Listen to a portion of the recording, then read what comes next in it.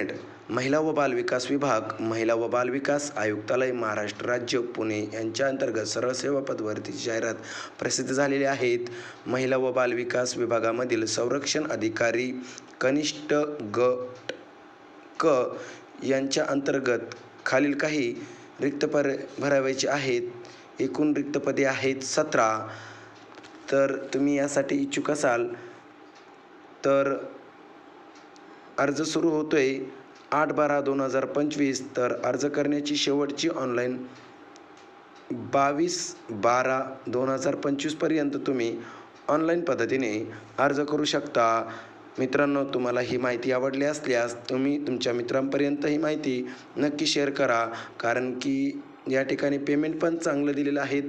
19,900 ते 63,200 पर्यंत तुम्हाला पेमेंट असणार आहेत आणि वेतन पण नेहमी वाढत जाते. त्यामुळे या ठिकाणी तुम्ही नक्की अर्ज करा आणि ही माहिती तुमच्या मित्रापर्यंत नक्की शेअर करा.